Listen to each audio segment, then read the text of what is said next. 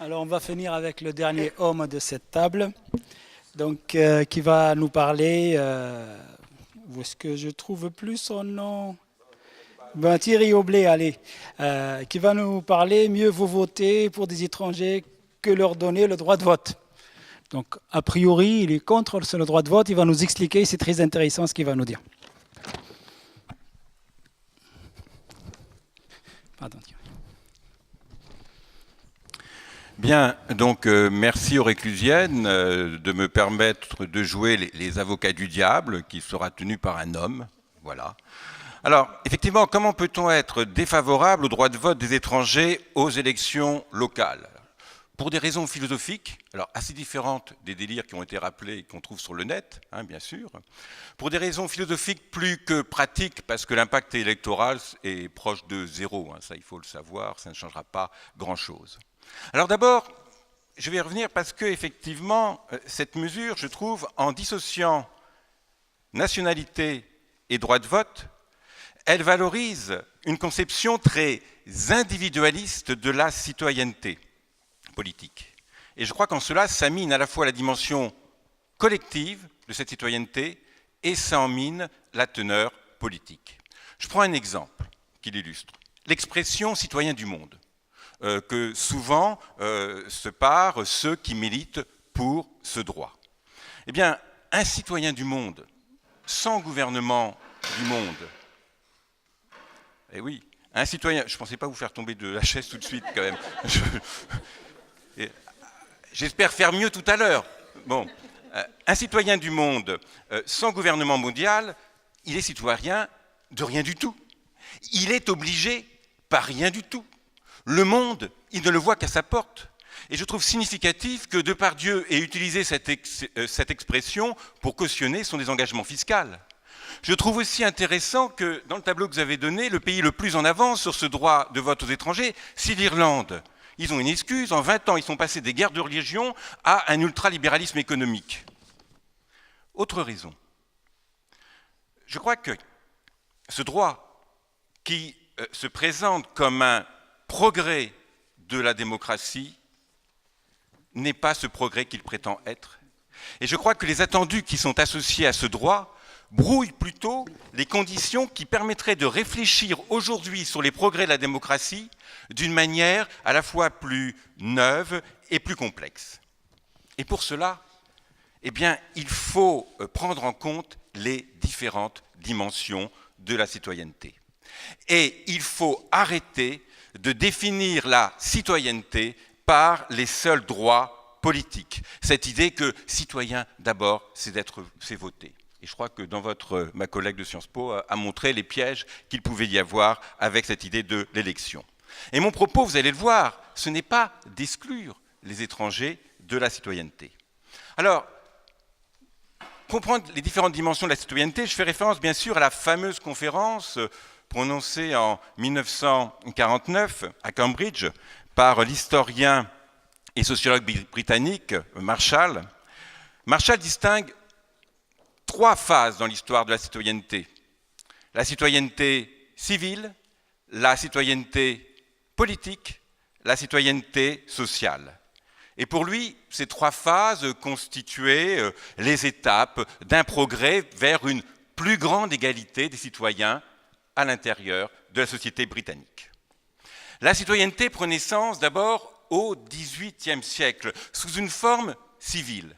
C'est-à-dire qu'en rupture avec les privilèges médiévaux qu'octroyaient les différences de statut, les cours et les parlements vont s'efforcer de faire reconnaître par le Parlement et le gouvernement britannique des droits civils en principe applicables à tous. Alors avant le XVIIIe siècle, il y avait eu effectivement l'habeas corpus, le fait que vous puissiez au moins savoir pourquoi vous êtes jugé et de quoi on vous accuse. Mais les droits civils, ça concerne aussi la liberté d'expression, la tolérance religieuse, le droit de propriété, le droit de contracter, l'égalité de traitement devant la loi. Au XIXe siècle, vous aurez l'obtention des droits politiques, le droit de vote et le droit d'être élu. Et c'est ça, la citoyenneté politique en propre. Et le XXe siècle sera marqué par le progrès des droits sociaux, Droit du travail, protection sociale, droit à l'éducation. Et ce qu'il faut voir, c'est que cette citoyenneté sociale, elle ne s'incarne pas seulement par des droits individuels, mais elle fonde aussi le développement des services publics.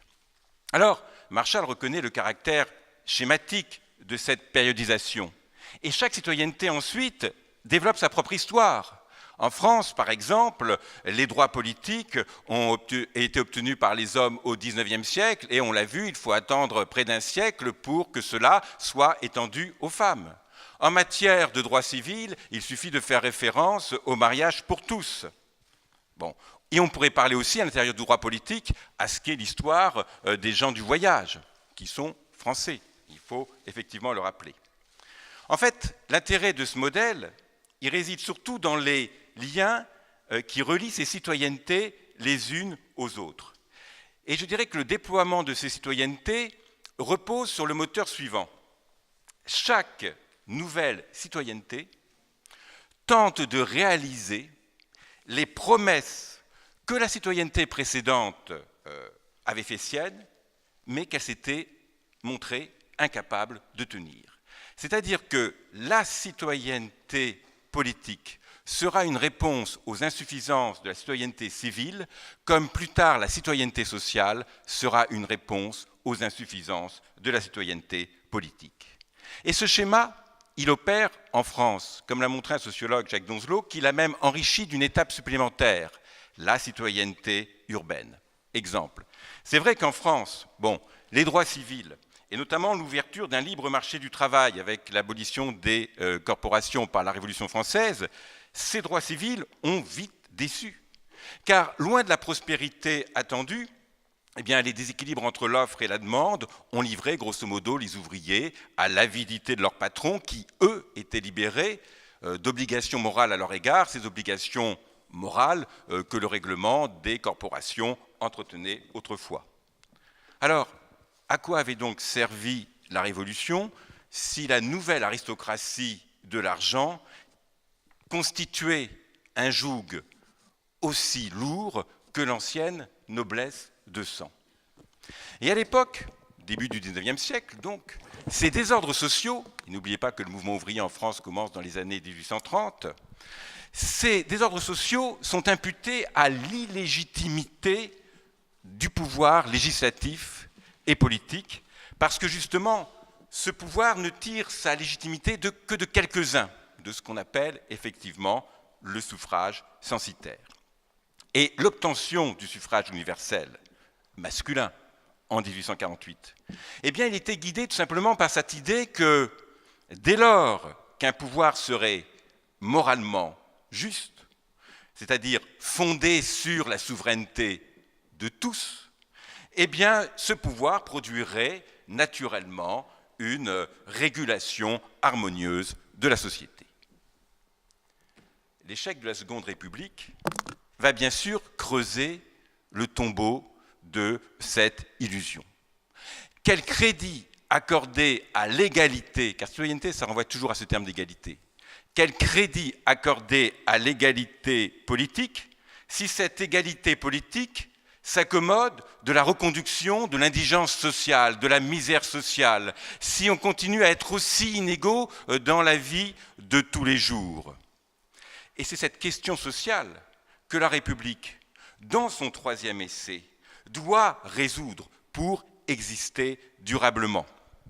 Et cette République, elle a d'ailleurs matérialisé, grâce à la construction d'une citoyenneté sociale, elle a matérialisé les promesses attendues de la souveraineté politique. Et l'adhésion des classes populaires à un régime républicain a reposé effectivement sur le développement de cette citoyenneté sociale. Mais dans les années 90, avec le déclin de la société industrielle et avec la montée de l'exclusion, on s'aperçoit que le droit social des uns commence à apparaître comme une barrière pour les autres, pour accéder à une place dans la société. Et puis, sur un autre registre, comment croire, dans les cités, à la citoyenneté sociale quand l'aide et l'action sociale ne vous permet plus de vous intégrer dans la société, mais juste de vivoter et de survivre, ce qui entretient une rancœur à l'égard de la main qui s'offre vers vous. Et donc la question sociale se double d'une question urbaine qui réclame le déploiement maintenant de droits de cité qui soient en mesure, d'une citoyenneté urbaine, qui soient en mesure de répondre aux attentes d'une population qui est souvent plus sensible aux discriminations qu'aux inégalités, c'est-à-dire une population qui aspire davantage à une égalité des chances plutôt qu'à une égalité des places, pour reprendre le langage de Dubé.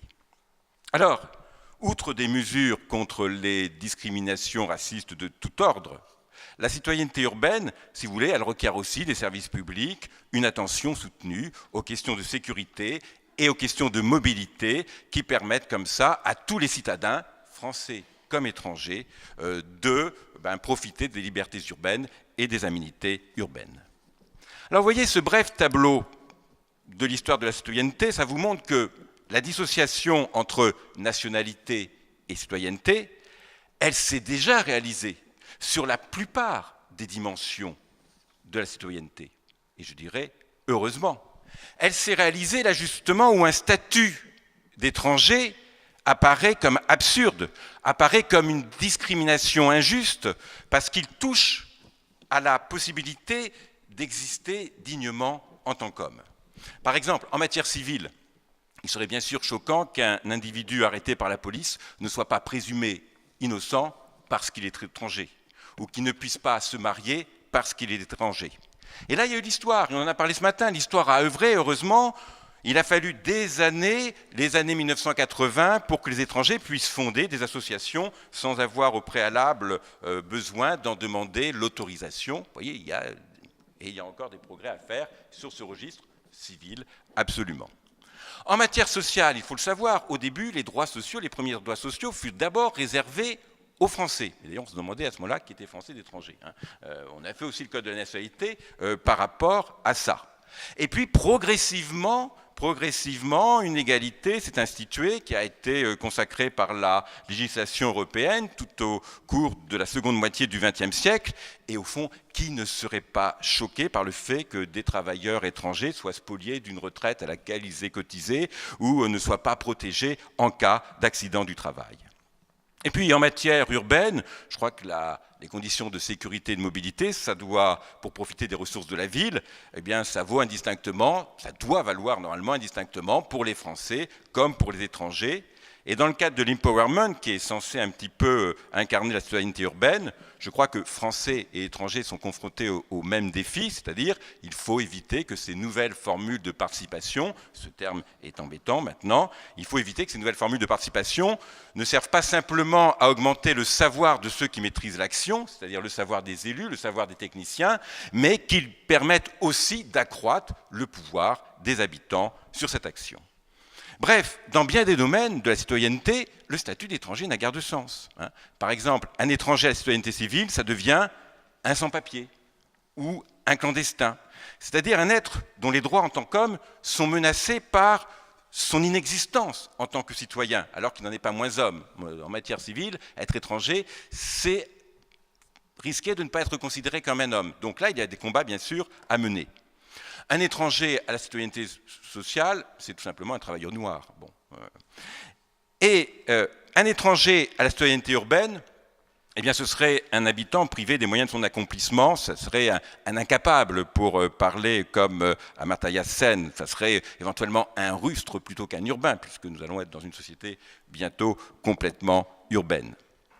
En revanche, en l'absence de l'existence d'un gouvernement mondial, eh bien, un étranger à la citoyenneté politique, lui, ça reste un étranger, tout simplement. Et je crois que c'est le seul domaine où l'on peut exister comme étranger sans mettre en péril sa dignité. Car on a le droit de vivre sur un territoire en tant qu'étranger qui se revendique ainsi. On a le droit de vivre en France sans se vouloir français. Et je crois que par rapport à toutes ces formules étrangers ou identifiés comme français, français identifiés comme tel, bon, qui existent dans la réalité, mais pour essayer de sortir de cela, eh bien, je crois que ce droit ou non de voter, ça constitue sans doute la marque de distinction la plus acceptable entre Français et étrangers. Et il vaut mieux avoir ça qu'un droit de vote aux étrangers qui va légitimer ce travail incessant que l'on retrouve sur le net ou sur d'autres critères bien plus scabreux. On va essayer toujours de chercher à savoir qui sont les vrais Français, qui sont les faux Français. Il y a des Français, c'est ceux qui ont le droit de vote, et il y a des étrangers, c'est tout simplement ceux qui n'ont pas le droit de vote. En plus, il faut quand même avoir cette idée-là en tête, c'est que la citoyenneté politique, ce n'est pas simplement un statut pourvoyeur de droits et d'obligations. Il y a là quand même aussi une dimension identitaire dans la citoyenneté politique, qui est une dimension à la fois affective et qui excède une seule adhésion rationnelle à des principes ou à des règles du jeu. C'est une citoyenneté qui se pose à l'occasion de se mobiliser pour une communauté de citoyens dont les membres ne sont pas forcés de s'aimer entre eux, dont les membres, au fond, ont été rapprochés par le hasard parfois et par l'histoire plus que par la volonté. Bon, c'est-à-dire des gens qui sont, qu'ils le veuillent ou non, solidaires les uns des autres, même s'ils sont étrangers les uns aux autres au sens ancien du terme, c'est-à-dire qu'on ne connaît pas tous les Français. Alors voilà pourquoi je crois que, j'insiste, moi je crois qu'il faut quand même mieux faciliter l'accès à la nationalité plutôt que d'élargir le droit de vote aux non-nationaux. Alors, et d'ailleurs je trouve que ce réflexe d'étendre la citoyenneté politique en fonction des critères territoriaux et objectifs, c'est-à-dire l'ancienneté de résidence dans une commune, plutôt que de conditionner cette obtention de la nationalité à une adhésion active, eh bien, ça relève quand même de notre tendance bien républicaine encore, à traiter plutôt des lieux et du décor, plutôt que de se confronter, de vouloir gouverner avec l'expression des gens, comme si l'expression des gens ne pouvait être accueillie qu'avec méfiance. Par contre, je reconnais qu'il y a un problème avec la naturalisation et qu'il faut sortir du système de paranoïa dans lequel on est. Et que je crois que même si les demandes de naturalisation peuvent être commandées pour des raisons d'abord économiques et pragmatiques, eh bien, je plaide pour faire de ce moment un rituel festif et hospitalier qui engage à devenir français. Il faut contenir, oui, on est loin du compte, mais c'est là que l'imagination passe et c'est là que le combat vient. Il faut contenir, au fond, la paranoïa d'abord. Commençons. D'abord, il faut contenir la paranoïa qui se dégage des dossiers d'instruction de demande de naturalisation, quand celles-ci font de la possession d'un CDI plutôt que d'un CDD, de dispositions pour le sport de haut niveau, du fait d'avoir éventuellement un enfant ou un attachement particulier à une personne, les indicateurs de l'attachement à la France. Bon, il faut essayer de sortir ça. Et puis, il faut sans doute mieux assurer que la naturalisation ne soit plus ce programme dissuasif aussi d'assimilation qui réclamait à tout le monde de se revendiquer de nos ancêtres les Gaulois. Et cela a empoisonné, je pense, cette démarche d'un goût de trahison de l'identité. Eh bien, faisons en sorte que cette fête soit l'occasion de découvrir des traditions qui ne menacent pas la personnalité des nouveaux entrants, que ce soit pour eux l'occasion de sourire de nos mythologies nationales, car les mythologies, c'est fait pour en sourire, de s'approprier celle qui leur parlera ou qui leur chantera. Et développons éventuellement une autre citoyenneté, la citoyenneté culturelle, en lien avec les conditions d'exercice de la laïcité et en lien avec les conditions d'exercice d'un droit des minorités, puisque maintenant nous sommes dans un pays où il y a des minorités et il faut vivre avec. Et puis je terminerai par ceci, je crois qu'aujourd'hui l'imagination politique, elle me semble davantage de mise dans le projet de construction d'une autre citoyenneté, qui est la citoyenneté environnementale. Et je crois qu'avec une citoyenneté qui aurait pour objet, comme toute citoyenneté, de produire un droit qui opérationnaliserait le principe de précaution et les exigences du développement durable. Et cette imagination, je n'ai trouvée pour l'instant que chez une philosophe, Cynthia Fleury, à la fin d'un ouvrage collectif, Biodiversité, qu'elle a publié récemment, où elle propose d'élire au sein de notre Parlement national, Assemblée nationale plus Sénat, une centaine de députés étrangers originaires de tous les continents. Ces députés étrangers ne seraient pas autorisés à décider des enjeux d'ordre strictement national, mais ils seraient habilités à voter sur des enjeux environnementaux et de géopolitique. Pourquoi ? Parce que les questions, je dirais, gouvernementales ne peuvent être traitées efficacement qu'à l'échelle de la planète, et qu'elles posent vraiment comme défi comment matérialiser une gouvernance mondiale dans un cadre national qui, il faut bien le dire, pour longtemps encore, apparaît comme le seul cadre où existe un tant soit peu de vie démocratique et où la souveraineté des citoyens garde un petit peu son sens. On a déjà du mal à se sentir souverain au niveau de l'Europe, de l'ONU, n'en parlons pas, donc la nation, c'est pour l'instant quand même ce qui marche le mieux. Et je pense que cette députation étrangère, eh bien, elle permettrait de renforcer le rôle du Parlement face à l'exécutif, sans revenir aux turpitudes de la 4e République. Parce que, grosso modo, quand même, sous la 5e République, le président de la République, il se présente davantage aux Français après les élections, comme le représentant du monde extérieur, que comme l'incarnation de leur volonté. C'est-à-dire que, et je finis, le président de la République, il relaie les contraintes principalement économiques de la globalisation. Il délimite quelles sont les marges de manœuvre possibles retirées de négociations avec les dirigeants des autres pays. Il vous dit, ben voilà, j'ai vu Obama, j'ai vu Merkel, et voilà ce que l'on peut faire. Et dans ce contexte, l'activité parlementaire, elle apparaît complètement coupée de la réalité de l'action. Alors je crois qu'une députation étrangère permettrait de faire entendre au sein de l'enceinte parlementaire la voix du monde, que ça permettrait de réhabiliter l'influence du Parlement face au gouvernement, et ça permettrait d'engager un travail démocratique sur des enjeux où la démocratie est confisquée. Alors comment élire ces députés étrangers? La question reste à éclaircir.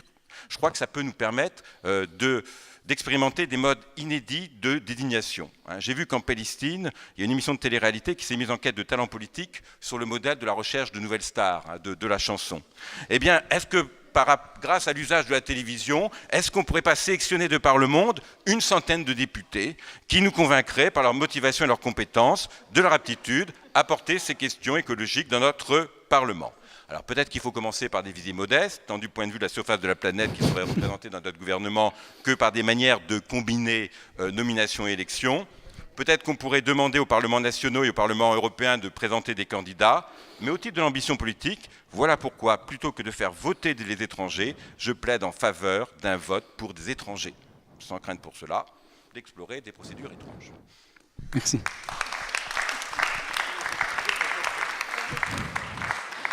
Bon, on va ouvrir le débat. Donc, il est un peu tardif à venir, mais les interventions sont importantes et intéressantes et copieuses. Donc, je me suis retenu, mais là, je vais me lâcher moi aussi. Alors, première réflexion de ces différentes interventions, ça regroupe en réalité une triptyque. La première partie relative à l'électeur qui va interroger le citoyen et à la limite la capacité juridique, je vais en revenir. La seconde question, c'est l'élection qui va renvoyer au modèle démocratique, au suffrage, donc et au choix que peuvent faire la population ou les électeurs. Et le troisième élément qui m'a semblé très important, c'est les élus, c'est-à-dire comment se positionner comme homme ou femme politique.